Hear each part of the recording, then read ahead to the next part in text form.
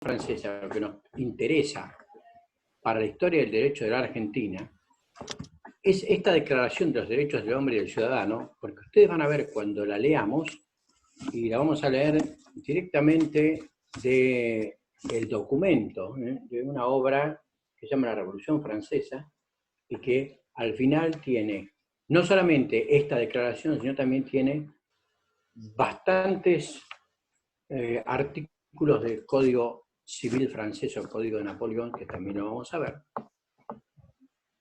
Pero vamos a ubicarnos en el momento histórico, que yo no se los voy a preguntar, yo les voy a preguntar esto.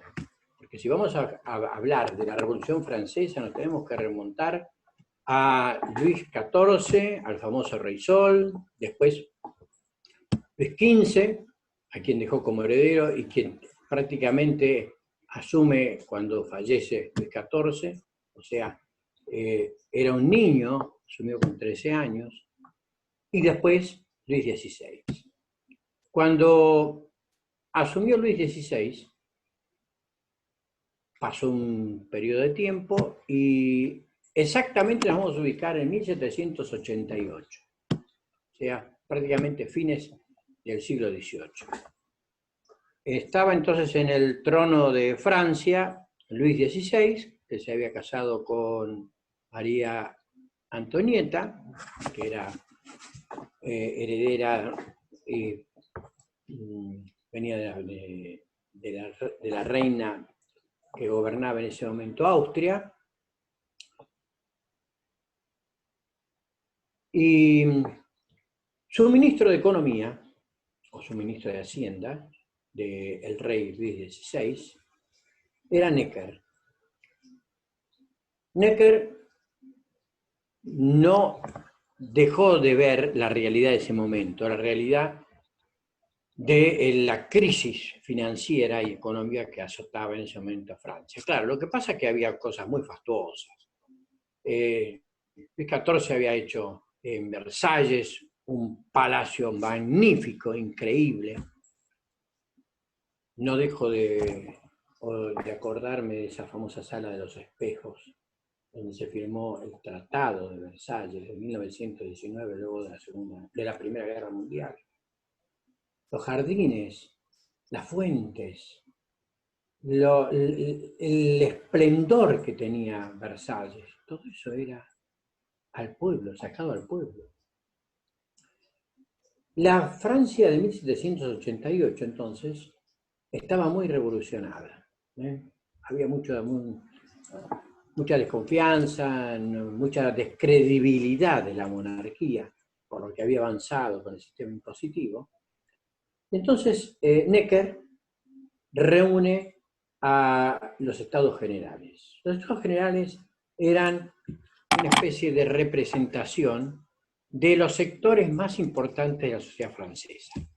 Estamos hablando de la monarquía, en segundo lugar el clero, o sea la iglesia, que tenía un poder muy grande. No nos olvidemos que el ministro de Luis XIV era el cardenal Richelieu,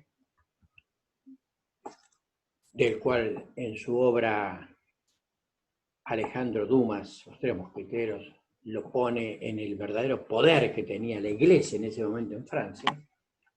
Y el tercer estado, que era llamado el Estado Llano. Ese tercer estado, que estaba integrado por campesinos, por los hombres de profesiones liberales, artesanos, médicos, abogados. Sucede entonces que había que tranquilizar las cosas, y entonces se reúne, hacía tiempo que estaban formados, pero hacía tiempo que no se reunían. Entonces en 1789 se reúnen los Estados Generales. Sucede que el rey vio cómo venía la cosa y decidió que no se reunían en una sala única, sino que se reunían en 3 salas distintas. Por el pueblo, o sea, el tercer estado, había 600 representantes. Por la monarquía había 300 y por el clero había 300. Más o menos aproximadamente. Sucede que al dividirlos en 3 salas, el Estado llano, tercer Estado, se dio cuenta que la nobleza y el clero se unían, entonces no iba a haber mayoría. Por lo tanto, las decisiones que se tomaran no iban a ser decisiones compartidas por la mayoría. Y de acá entonces que el tercer Estado se enojó muchísimo y decidió separarse y formar la Asamblea Nacional. Esa Asamblea Nacional, en julio de 1789, irrumpió cuando el rey quiso deshacerla, que entró en donde estaban reunidos, quiso deshacerla, y entonces, como se resistieron, el rey con mercenarios salió a las calles de París a reprimir. Terrible, terrible, porque entonces la multitud salió a esas calles de París y el 14 de julio de 1789 es una fecha bisagra de la historia, hasta el punto que la historia se divide en antigua, media, moderna y contemporánea, y la historia contemporánea se sitúa y se fija a partir de esta revolución. El 14 de julio de 1789, toda la muchedumbre, el pueblo, toma la torre de la Bastilla. La Bastilla era una cárcel, era un presidio, que tenía nada más que 7 presos adentro. O sea, en realidad fue un acto simbólico. Fundamentalmente ese tercer Estado fue impulsado por los comerciantes, por eso se habla de una revolución burguesa, porque los que se sentían profundamente presionados por los impuestos era la clase que tenía, lo que hoy llamamos la clase media, que tenía la posibilidad de buenos ingresos. Entonces, uno de los integrantes de la nobleza, el conde de Mirabeau, se pasó de bando, se fue al tercer Estado y presentó un proyecto llamado la Declaración de los Derechos del Hombre y del Ciudadano. Como ahí le pongo, elaborada por Mirabeau, esa declaración fue adoptada en 1789 por la Asamblea Nacional como una especie de evangelio de la Revolución Francesa. Fíjese usted, a lo largo de 17 artículos, yo ahí le pongo lo esencial, que voy a ir leyendo de la Declaración de los Derechos del Hombre y del Ciudadano, y en esta declaración, que trae el libro de, como lo ven, la Revolución Francesa, dice, en primer lugar,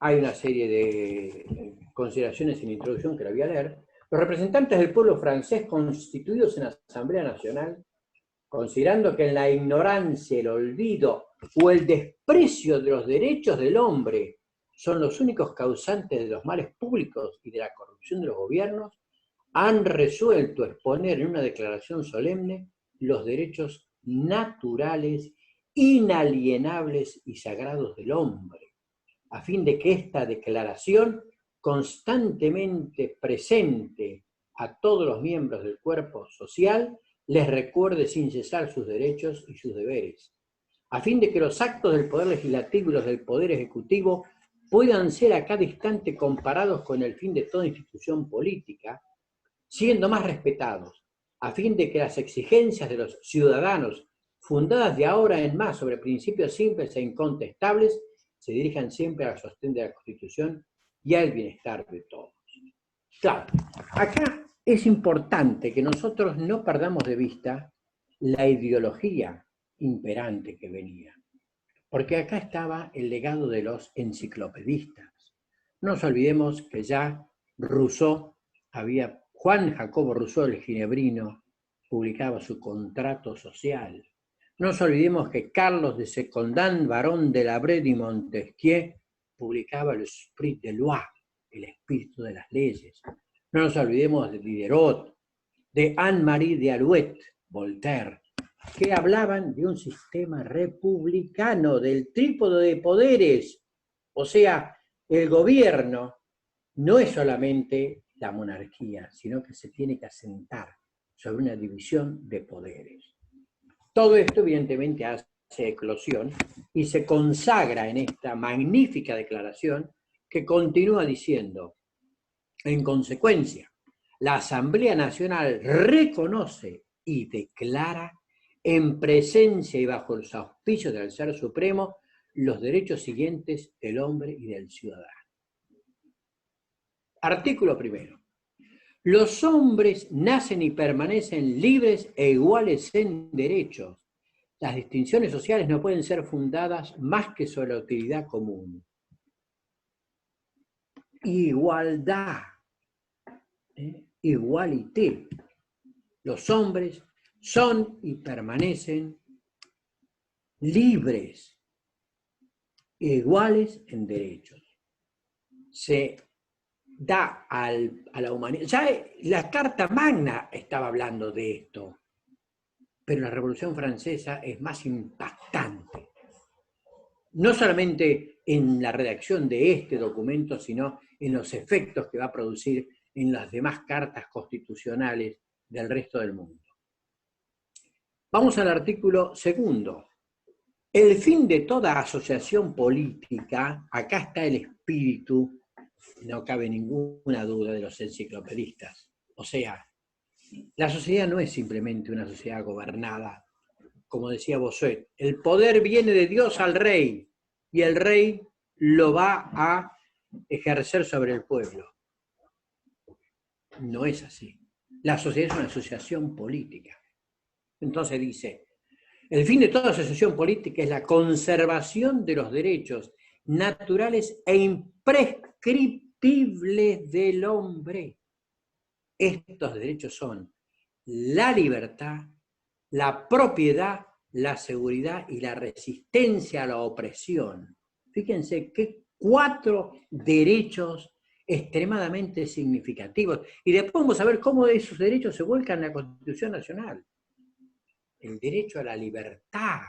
Cuando el preámbulo termina, y acá tenemos a Agnus Arcusa, ahora la vamos a admitir para que no se pierda esto. A ver dónde tenemos. Admitida. Entonces, cuando... ¿Me escuchan bien, chicos? Sí, se escucha perfecto, Julio. Bien. Fíjense en el artículo 3. El principio de toda soberanía reside esencialmente en la nación. Ningún cuerpo, ningún individuo puede ejercer una autoridad que no emane de allí expresamente. ¿Qué nos recuerda esto? Aquel cabildo del 22 de mayo de 1810, cuando levantando la palabra, Cornelio Saavedra dijo: que no quepe duda que es el pueblo quien confiere autoridad o mando. Porque la soberanía ya no era del monarca.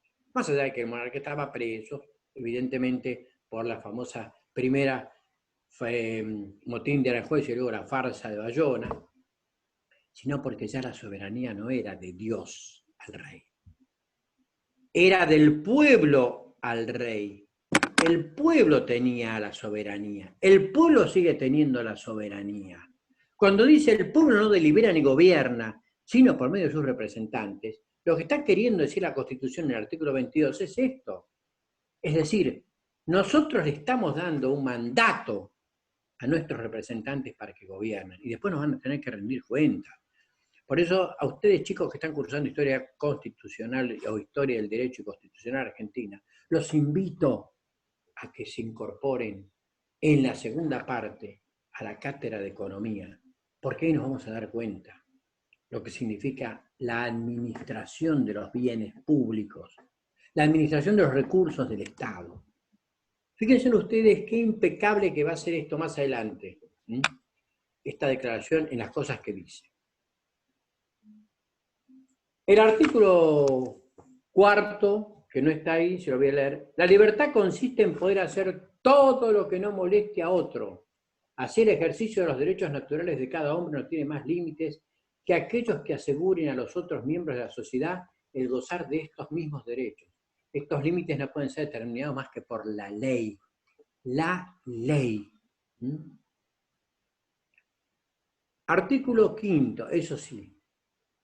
La ley no tiene el derecho de prohibir más que las acciones perjudiciales para la sociedad. Escuchen esto porque a mí, sinceramente, a pesar de los 36 años que vengo dando esta materia, cuando digo esto, les juro, chicos, siento una especie como de sensación interna de ahogo, pero de ahogo de emoción, de ahogo emocionante, porque dice la Declaración de los Derechos del Hombre y del Ciudadano en ese artículo 5. Todo lo que no está prohibido por la ley no puede ser impedido y nadie puede ser obligado a hacer lo que a ella no ordena. Vamos a leer el artículo 19 de la Constitución Nacional. Fíjese lo que dice ese artículo 19. Las acciones privadas de los hombres que de ningún modo ofendan el orden ni a la moral pública ni perjudiquen a un tercero están solo reservadas a Dios, exenta de la autoridad de los magistrados. Pero atención con lo que sigue, ¿eh? Grábenselo por favor. Ningún habitante de la nación será obligado a hacer lo que no manda la ley, ni privado de lo que ella no prohíbe. ¿De dónde viene esto? De la Declaración de los Derechos del Hombre y del Ciudadano. Nadie puede ser obligado a hacer lo que la ley no manda, ni privado de lo que ella no prohíbe. Este principio de legalidad. ¿Quién sino la ley es la que nos tiene que ordenar y organizar? Lamento decirles que los males de nuestro país se originan y continúan, y espero que en algún momento pare esto, en el desconocimiento de la ley que establece la Constitución Nacional. Porque ese principio de legalidad es una verdadera garantía, es un derecho que tenemos los argentinos. Es el derecho que tenían esos ciudadanos cuando la declaración de la mano del conde de Mirabeau pone esa palabra. Solo el hombre debe sujetar su conducta y ajustar la misma a los principios que establece la ley. Continuamos. El artículo 6, que no está ahí, dice: la ley es la expresión de la voluntad general. Todos los ciudadanos tienen derecho de intervenir personalmente o por sus representantes a su formación. ¿Se da cuenta? Es el artículo 22. O sea, facultades del Congreso, pero del Congreso elegido por el pueblo. Y porque, como dice acá, todos los ciudadanos tienen derecho a intervenir personalmente o por sus representantes a la formación de la ley. Esa debe ser la misma para todos, sea para proteger como para castigar. Quiere decir que le está diciendo, hay un organismo que va a hacer la ley y hay otro organismo que va a juzgar su incumplimiento. Poder legislativo y poder judicial. Todos los ciudadanos, siendo iguales a sus ojos, son igualmente admisibles a todas las dignidades, lugares y empleos públicos, según capacidad y sin ninguna otra distinción que de sus virtudes y sus talentos. Miren ustedes, vamos a leer el artículo 16 de la Constitución Nacional. La nación argentina no admite prerrogativas de sangre ni de nacimiento. No hay en ella fueros personales ni títulos de nobleza. Todos sus habitantes son iguales ante la ley y admisibles en los empleos sin otra condición que la idoneidad. La igualdad es la base del impuesto y de las cargas públicas. ¿Se dan cuenta? ¿Se dan cuenta que estamos estudiando la Constitución Nacional directamente de sus antecedentes? Por eso podemos decir con beneplácito que esta declaración es un documento insigne en la historia del derecho y en la historia constitucional de nuestro país. Seguimos. El artículo 7, que tampoco está, dice, ningún hombre puede ser acusado, arrestado, escuche este, o detenido, más que en los casos determinados por la ley, según las formas que ella haya prescripto. Aquellos que soliciten, expidan, ejecuten o hagan ejecutar órdenes arbitrarias deberán ser castigados. Pero todo ciudadano llamado o apresado en virtud de la ley debe obedecer al instante. Será culpable por resistirse. Resistencia a la autoridad. Pero esto, de que ningún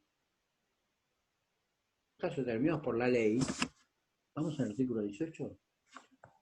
Ningún habitante de la nación puede ser penado sin juicio previo fundado en ley anterior al hecho del proceso. Fíjense ustedes que este artículo 18 tiene como antecedente el decreto de seguridad individual, decreto de 1811, que juntamente con el decreto de libertad de imprenta eran anexos al estatuto provisional. No se olviden los antecedentes. Ese decreto de seguridad individual decía que todo hombre tiene un derecho sagrado a la protección de su vida, de su honor y de sus propiedades. Una vez violados estos sentimientos, se adormecen las conciencias de los hombres libres y sucede la quietud funesta del egoísmo. Y decía, artículo primero, la casa es un sagrado y solo puede ser allanada por autoridad competente. Mire usted qué dice el artículo 18. El domicilio es inviolable, como también la correspondencia epistolar y los papeles privados. Y una ley determinará en qué caso y con qué justificativos podrá procederse a su allanamiento y ocupación. Ahí lo tiene. Seguimos el artículo 8. La ley no debe establecer más que penas estrictas y evidentemente necesarias, y nada puede ser castigado, establecida y promulgada anteriormente al delito y legalmente aplicada. Ley anterior al delito. Solo una persona puede ser procesada en virtud de una ley previa al delito, previa a la pena que se le quiere aplicar. Bueno, acá tenemos el 9. Escuche esto es fantástico, esto es fantástico. Todo hombre se presume inocente hasta que haya sido declarado culpable. Si se juzga indispensable arrestarlo, todo rigor que no sea necesario para asegurarse de su persona debe ser severamente reprimido por la ley. Presunción de inocencia. Vamos al artículo 18 nuevamente de la Constitución Nacional. Riquísimo en su contenido. Nadie puede ser obligado a declarar contra sí mismo. Es inviolable la defensa en juicio de la persona y de los derechos. Y dice, las cárceles de la nación serán sanas y limpias para seguridad y no para castigo de los reos detenidos en ella. Y toda medida que a pretexto de precaución conduzca a mortificarlos más allá de lo que aquella exija, hará responsable al juez que lo autorice. Miren hoy.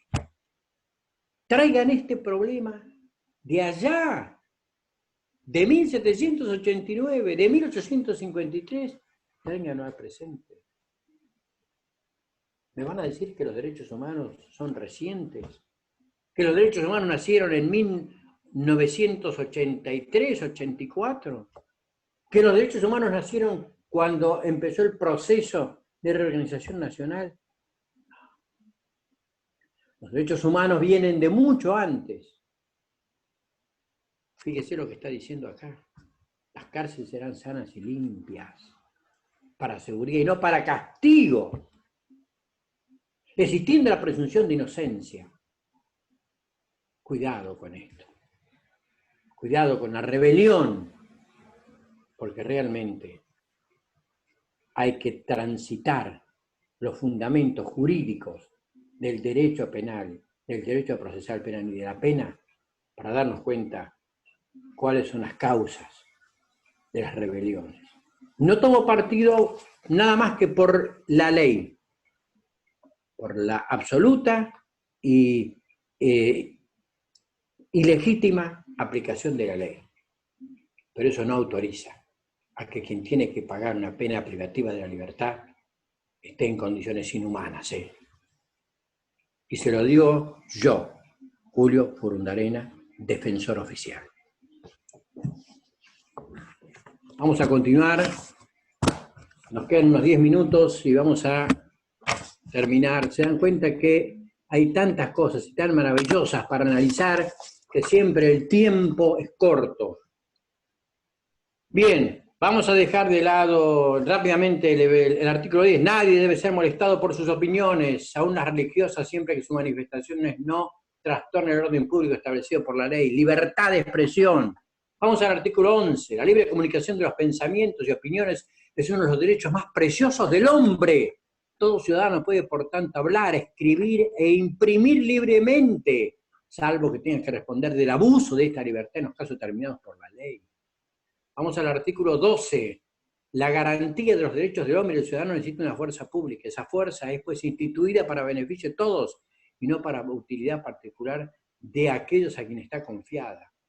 Artículo 13. Para el mantenimiento de la fuerza pública y para los gastos de administración, una contribución común es indispensable. Ella debe ser igualmente repartida entre los ciudadanos en razón de sus facultades. Artículo 14. Todos los ciudadanos tienen derecho de constatar por sí mismos, por sus representantes, la necesidad de la contribución pública, de consentirla libremente, de controlar su empleo y de determinar su monto, su base imponible, su cobro y su duración. O sea, esto es la Carta Magna. No hay impuestos sin una ley, sin un control, sin una representatividad previa. Pero escuche esto, artículo 15, porque es maravilloso. La sociedad tiene el derecho de pedir cuentas de su administración a todo agente público. Rendición de cuentas. Esto está en el artículo 75, inciso 8, cuando dice que corresponde al Congreso, en el inciso 8, fijar anualmente, conforme a las disposiciones del artículo 2, del inciso 2 de este artículo, el presupuesto de gasto y cálculo de recursos y aprobar o desechar la cuenta de inversión. A ver, usted, ministro, me pidió tanta plata para tal obra. A ver, ¿qué hizo? ¿Qué hizo con la plata que se le dio? Rendición de cuentas.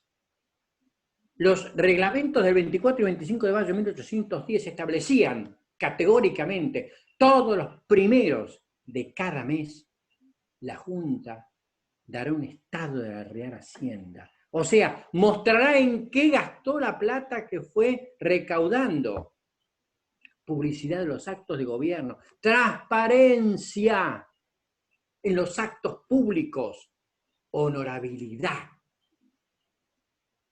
ética de los funcionarios públicos.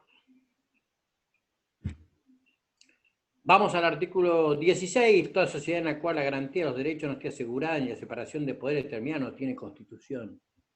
Y el último. Siendo la propiedad un derecho inviolable y sagrado, nadie puede ser privado de ella, si no es porque la necesidad pública legalmente constatada lo exige evidentemente y bajo la condición de una justa y previa compensación. Es el artículo 17 de la Revolución Francesa, de la Declaración de los Derechos del Hombre y del Ciudadano. Y mire usted las coincidencias que tiene la vida. Es el mismo artículo 17 de la Constitución Nacional. Esto es fantástico. Óigame. Artículo 17. La propiedad es inviolable y ningún habitante de la nación puede ser privado de ella sino en virtud de sentencia fundada en ley. Y termina diciendo, la confiscación de bienes queda borrada para siempre del Código Penal argentino, que luego se extendió por disposición de la Corte. Bien, como ven, no le pido los hechos históricos, no le pido qué pasó con con el Estado Llano, qué pasó con la toma de la Bastilla, ni qué sucede con los girondinos y los jacobinos, y quién fue Robespierre, quién fue Marat, quién fue Danton. No, estamos hablando de los documentos que vienen a ser incorporados a la Constitución Nacional. Esto es lo que les pido de ustedes. Ejerzan sus derechos, pero sepan de dónde proviene. Ese es el fundamento de esta materia. Bien, y en estos 5 minutos que me quedan, nos vamos a la codificación, que es el último punto de la unidad. Y dice así. El Código Civil francés. Por supuesto que hay cosas que son realmente sorprendentes. Después de esta Revolución Francesa, después de esta Declaración de los Derechos del Hombre y del Ciudadano, las cosas no se solucionaron.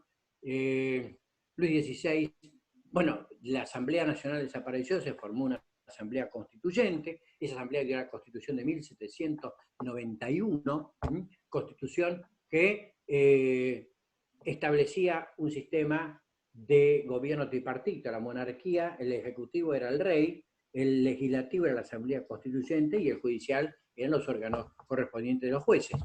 Pero acá que Luis XVI entró en connivencia con Austria y bueno, puso a Francia en jaque y terminó siendo guillotinado él y después su esposa María Antonieta. ¿De qué resulta de la Revolución Francesa? De esos principios, de esas declaraciones, aparece un personaje que se llama Napoleón Bonaparte, que después se va a convertir en emperador y que va a tener todo el poder.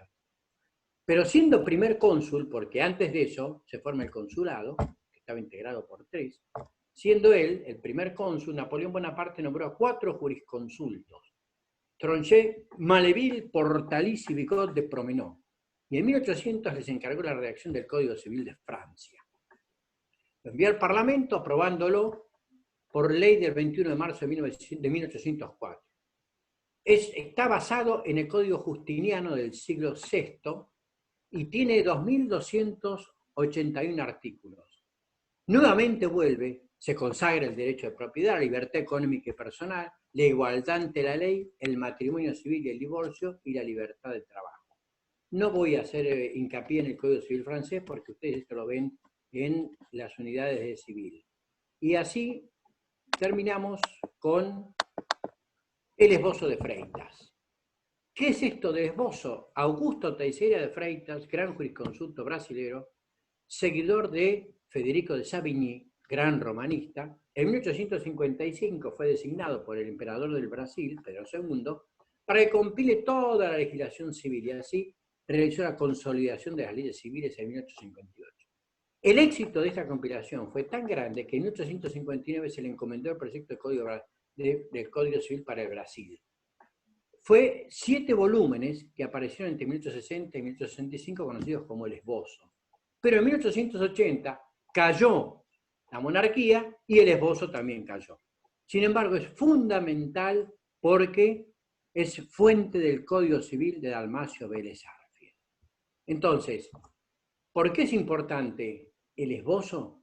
Porque Dalmacio Vélez Arfiel era un gran romanista y le copió los 3 en todos los 4 libros que tenía el Código Civil argentino en la época de Vélez Arfiel ante la Reforma. De esos 4 códigos, de esos 4 libros que conforman el código, copió 3 de Augusto Teixeira de Freitas. Y tiene disposiciones importantísimas, esto lo van a ver ustedes, voy a aprovechar para comentárselos en estos 2 minutos que me quedan, cuando dice que se trató sobre la propiedad, sobre el matrimonio, sobre los derechos naturales de las personas, o sea, derechos de nacimiento, las obligaciones, los contratos. Bueno, todo esto se tomó del esbozo de Freitas. Bueno, chicos, queda 1 minuto y 17 segundos y hemos terminado con la unidad. Vimos todo, esto que está acá lo vamos a subir al campus y no les voy a preguntar más que esto. Creo que he sido lo suficientemente claro y estamos estudiando la Constitución Nacional. Y de esto lo más importante es lo que hemos visto. Hoy la Declaración de los Derechos del Hombre y del Ciudadano y el otro día el Acta de la Independencia de Estados Unidos. Bueno, Nico, ya estaríamos por terminar porque en cualquier momento se corta. Exactamente, perfecto. Bien, así que me despido de ustedes y aprovechen el fin de semana para estudiar, chicos, el conocimiento, los derechos, las garantías. Que tengan muy buenas tardes y muchas gracias. Nos vemos, Julio, buen fin de semana. Gracias. Igualmente.